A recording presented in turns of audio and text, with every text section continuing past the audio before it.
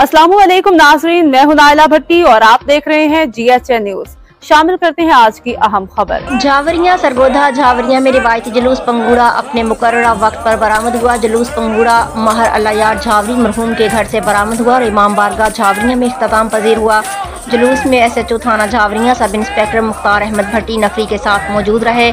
जुलूस के शुरका मोमिनीन कराम नवासा महर अल्लाह यार झावरी मरहूम चौधरी अली हसनैन चौधरी शाहनवाज वड़ाइच महर जाफर अब्बास झावरी महर अली अब्बास झावरी सैयद आबिद हुसैन शाह सैयद कमर हुसैन शाह सैयद इमदाद हुसैन शाह डॉक्टर जफर अब्बास भट्टी सैयद इमरान शाह मंसूर भट्टी साईं इकबाल सैयद अली अब्बास सैयद अली हसनैन सैयद अली काजम आमिर लतीफ़ महर इफ्तिखार झावरी समर मलियाना खावर अब्बास कुरैशी वसीम अब्बास कुरैशी मोहम्मद अली रजा अजलाल हैदर मजहर हुसैन सैयद हसनैन अली समेत कसीर तादाद ने नुहा खानी करते हुए अज़ादारियों मातम और जंजीर जनी की और मोमिनीन ने अज़ादारान के लिए सबील और नजर न्याज का बंदोबस्त कर रखा था।